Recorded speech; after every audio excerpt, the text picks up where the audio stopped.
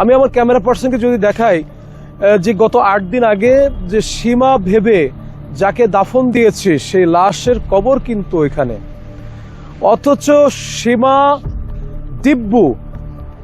দিব্যু বেঁচে আছে, সীমা জলজন্ত সীমা এখানে বেঁচে আছে। তাহলে 8 দিন আগে কার লাশ দাফন হলো? সুন্দর করে দোয়াইছে, কিন্তু সবকিছু দেখতেছে সীমা।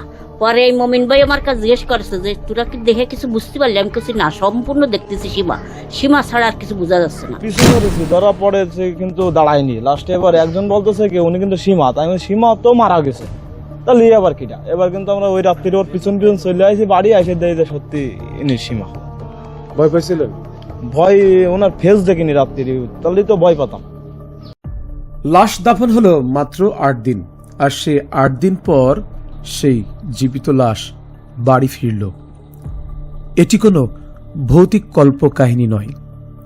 খুলনার ফুলতলার 14 মাইলে সেলিনা আক্তার সীমা নামে এক মানসিক ভারসাম্যহীন নারী হঠাৎ বাসা থেকে হারিয়ে যান। সপ্তাহখানিক হলো হঠাৎ খবর আসে ওই নারী সড়ক দুর্ঘটনায় যশোর নোয়াপাড়ায় নিহত হয়। স্বজনরা লাশ গ্রহণ করে দাফন কার্য সম্পন্ন করেন।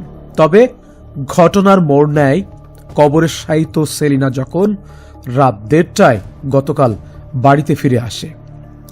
অনেকেই ভয়ে আটকে ওঠে, তবে ঘটনার বিপত্তি ঘটে অন্য জায়গায়।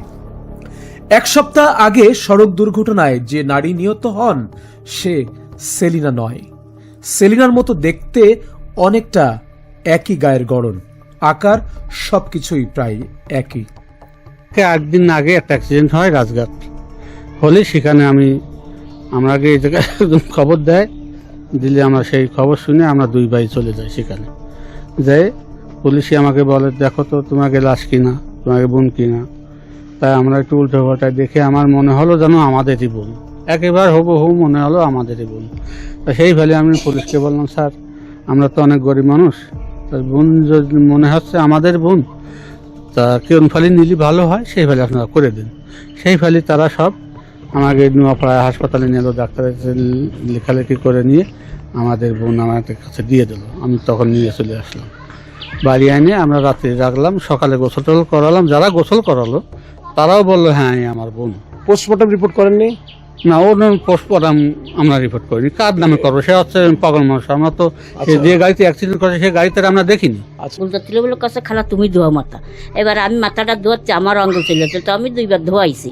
2 বার সাবান দিয়ে ধোয়ানোর পরে এবার কাছে মুখি আর দেওয়া যাচ্ছে না, মুখি দেওয়া যাবে না। আমাকে তুমি একটু কাপড় উঁচু করো, আমি আস্তে আস্তে আমি কাপড়ে সাবান মাখাইয়ে সুন্দর করে এনতে গায়ে লয়ে গেলো, এনতে আস্তে আস্তে সুন্দর করে ধোয়াইছি, কিন্তু সবকিছু দেখতেছি সীমা। পরে এই মমিন ভাই আমার কাছে জিজ্ঞেস করেছে যে তোরা কি দেখে কিছু বুঝতে পারলি? আমি কিছু না, সম্পূর্ণ দেখতেছি সীমা ছাড়া আর কিছু বোঝা যাচ্ছে না। বুঝতে পারিস? যে জামাটা কাটছিলেন সেটা কি? সে জামাটাও সীমা। আমরা তো ও তো অর্ধেক আমি জামা গায়ে দিই, আমি দেখলাম, আমরা কাটে কুটে বের করলাম।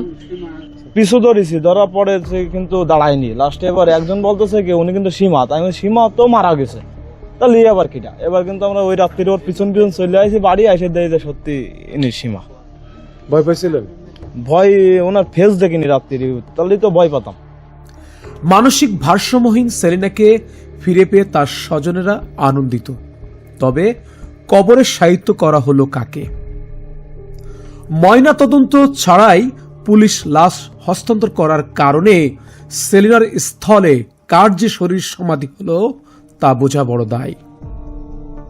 এই সীমা পাগল, সেইভাবেই হয়তো ওইখানে আমি হাসপাতালে দেখি এখান থেকে 2 পা ভাঙ্গা, মুখের কোনো ফেস চেনার মতন উপায় নাই।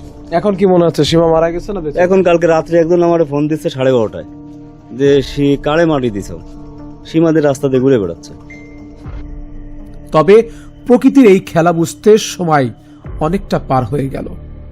হয়তোবা আইনের কলকাঠিতে আবারও যে লাশ দাফন করা হলো সেই লাশ কবর থেকে আবারও উঠাতে হতে পারে। এখানে যেটা লোকটা মারা গেছে, মারা যাওয়ার পরে এটা হাইওয়ে ওরা বাদ দিলে মামলা দিয়েছে, মামলার ভিতরে আমরা এটা হাইওয়ে থানা তদন্ত করে হাইওয়েতে এটা ট্রান্সফার করে দেবো, ঠিক আছে?